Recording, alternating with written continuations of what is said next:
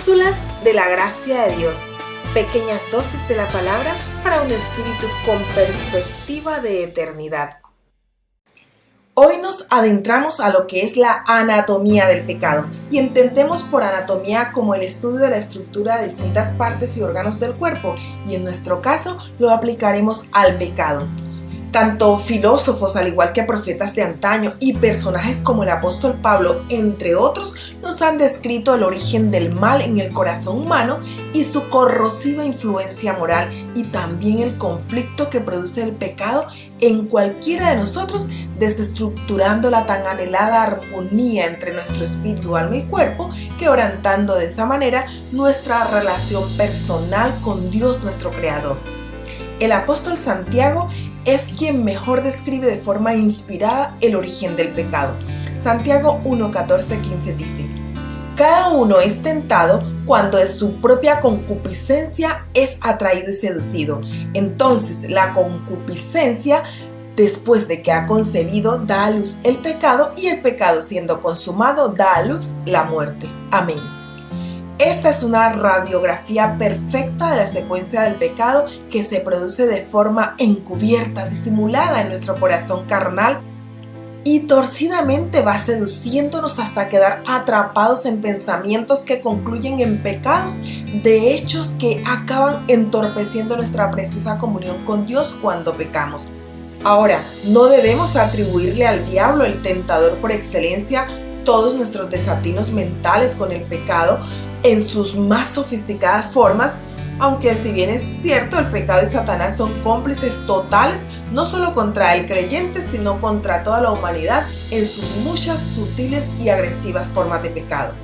De lo contrario, anularíamos nuestra responsabilidad ante los múltiples desafíos que nos deparan el mundo, la carne y Satanás. Haciendo eco de la historia del pecado de David con Betsabé, podríamos descubrir cómo es una anatomía de la tentación.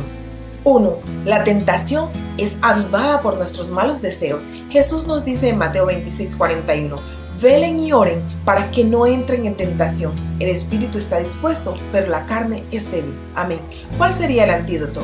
Conocer nuestro propio corazón y protegerlo. 2. La tentación progresa por medios tanto negativos como positivos. Su estrategia implica arrastre, luego seducción. Como el caso de David con Betsabé, la tentación no siempre ocurre de una forma dramática, pero su patrón básico suele ser el mismo.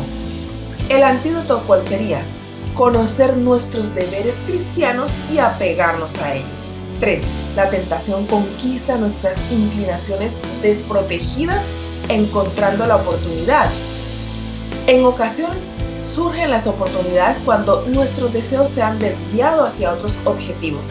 David no vio las claras indicaciones de los mandamientos de Dios. Betsabé estaba tan cerca que ocultó de su vista toda sabiduría celestial.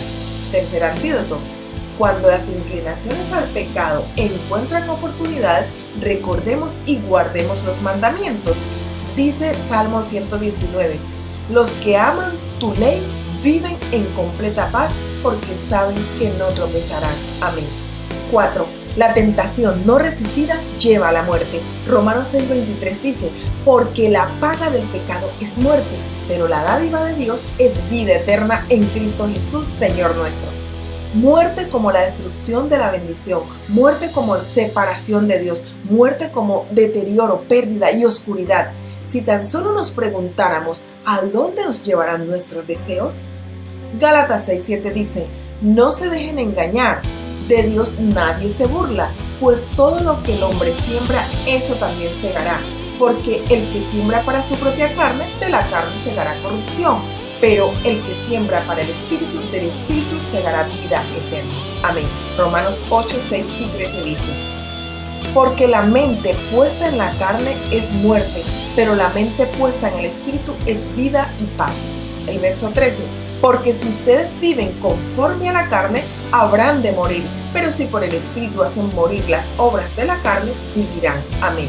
Cuarto antídoto: siempre preguntarnos a dónde nos llevará una acción y cuál será su destino final, antes de que nuestra voluntad y nuestros afectos sean arrastrados hacia ella.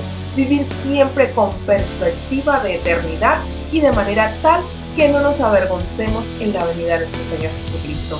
Amados, no podemos negar que pecamos, pero gracias a Dios estamos dotados del gran recurso divino que es la bendita presencia del Espíritu Santo en nosotros y que nos ayuda en nuestras debilidades. Y también nos da esperanza a través del apóstol Pedro, un hombre que también falló y nos deja unas palabras de aliento en 2 de Pedro 1, del 3 al 11. Y también nos da esperanza el mismo Señor Jesucristo a través del apóstol Juan en 1 de Juan 2, versos 1 y 2. De tal manera que si confesamos nuestros pecados, Él es fiel y justo para perdonar nuestros pecados y limpiarnos de toda maldad. Amén. 1 de Juan 1:9. Os invito a leerlas y meditar estas citas anteriores en vuestro tiempo a solas con el Señor, mientras permanecemos corandeo, es decir, delante del rostro de Dios. Dios nos bendiga. ¡Feliz día! Deseamos que este contenido haya sido de edificación para ti. Te invitamos a que nos dejes un like y también agradecemos que te suscribas al canal si aún no lo has hecho. Que la gracia del Señor Jesucristo sea siempre con nosotros. Amén.